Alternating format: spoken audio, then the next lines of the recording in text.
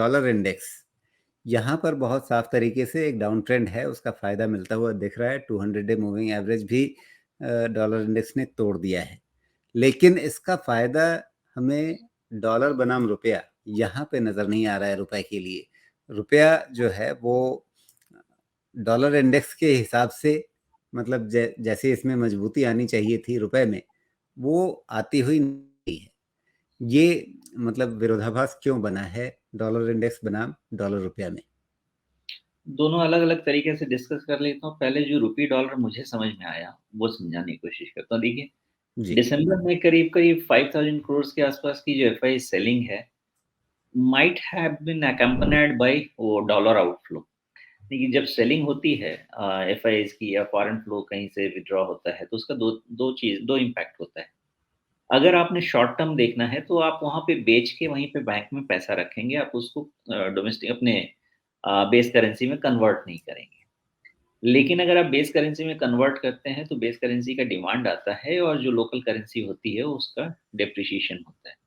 तो एक्चुअली बहुत major reason मुझे ढूँढ के नहीं मिला, लेकिन जब मैंने कोरिलेट किया तो मुझे एक एफआईआई सेलिंग से ये बात समझ में आई बिकॉज़ मार्केट सपोर्ट हुआ है, लेकिन करेंसी सपोर्ट नहीं हुई। तो मार्केट सपोर्ट इसलिए हुआ है कि 5000 करोड़ के अगेंस्ट 7000 करोड़ की डोमेस्टिक बाइंग है।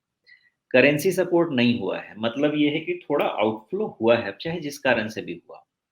वो मुझे करेंसी का इम्पैक्ट समझ में आया बिकॉज़ ये बात बिल्कुल सही है कि जब डॉलर डेप्रिशिएट कर रही थी अगेंस्ट ऑल द करेंसीज़ तो रुपए के अगेंस्ट भी इसको होना चाहिए था। रुपी भी इसके अगेंस्ट एप्रिशिएट होनी चाहिए थी, वो देखने को नहीं मिला है। Coming to the point, dollar index कैसा है? डॉलर इंडेक्स अभी भी नेगेटिव है, लेकिन 200 डीएमए के आसपास इसका जिस तरह से सपोर्ट है, यहाँ पे बहुत क्लोज़ वॉच रखने की ज़रूरत है बिकॉज़ 106 के ऊपर में फिर से ये थोड़ा ऊपर और जाएगा, कितना पता नहीं, हो सकता है 107, 108, 109 ये सब रेंज में जाएगा। लेकिन 106 के ऊपर जब तक डॉलर इंडेक्स का क्लोज़ नहीं मिलता है हमको, ये ट्रेंड डाउन है, डाउन ही रहेगा।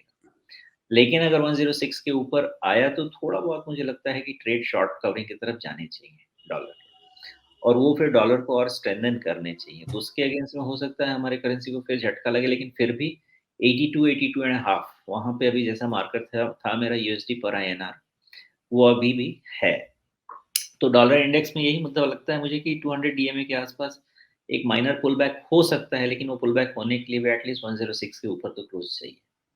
जी। और दूसरी तरफ अगर ये 104 के नीचे फिसल जाता है, जहाँ पर हमें रीसेंट स्विंग लो दिख रहा है, तो इसका मतलब है कि डाउन ट्रेंड आगे रिज्यूम हो रहा है, आगे और डाउन ट्रेंड बढ़ रहा है, और मतलब ये कि 200 डे मूविंग एवरेज इसको रोक नहीं पा रहा है।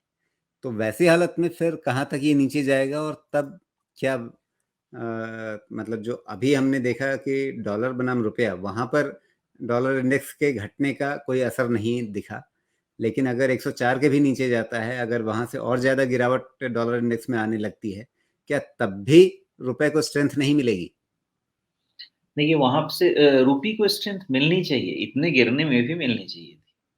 लेकिन नहीं मिलने का कारण मैंने स्पॉट करने की कोशिश की, वही मुझे स्पॉट हुआ उससे ज़्यादा बिकॉज़ यील्ड डिफरेंशियल भी ऐसे तो अभी नहीं दिख रहे हैं मुझे, कि उसके बेसिस पे मैं कह सकूँ कि इंडिया में ल्यूक्रेटिव यील्ड नहीं है। बिकॉज़ यील्ड डिफरेंस थोड़ा है, यूएस 10 ईयर्स जो है, वो मूव हो रहा है ज़्यादा वो लग रहा है कि यहाँ से थोड़ा अपसाइड और देगा, उसकी डिस्कशन कर लेते हैं।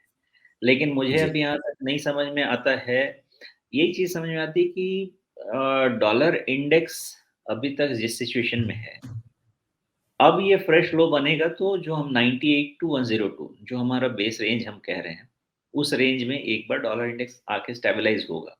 उसमें रुपी को कंप्लीट सपोर्ट नहीं मिले मुझे ऐसा तो लगता नहीं है बिकॉज़ कहीं से भी वो ट्रिगर मुझे नहीं लगता है, चाहे वो फिस्कल डेफिसिट कंट्रोल करने के स्टैंड पॉइंट से जो गवर्नमेंट के इनिशिएटिव्स हों या जो टारगेट्स हों, वो भी कोई स्लिप होते हुए नहीं दिख रहे हैं। तो अगर वो भी स्लिप होते हुए नहीं दिख रहे हैं, उनके टारगेट्स भी 5 एंड हाफ के आसपास जाने के चांसेस हैं। ओवर टाइम टू 2 साल में अगर 4 एंड हाफ तक करने के प्लान्स हैं, वो सब फ़ेवर में ही जाने चाहिए, जो मुझे लगता है। तो करेंसी पे भी कुछ ऐसे डिस्टेबिलिटी का क्वेश्चन मार्क तो नहीं लग रहा मुझे।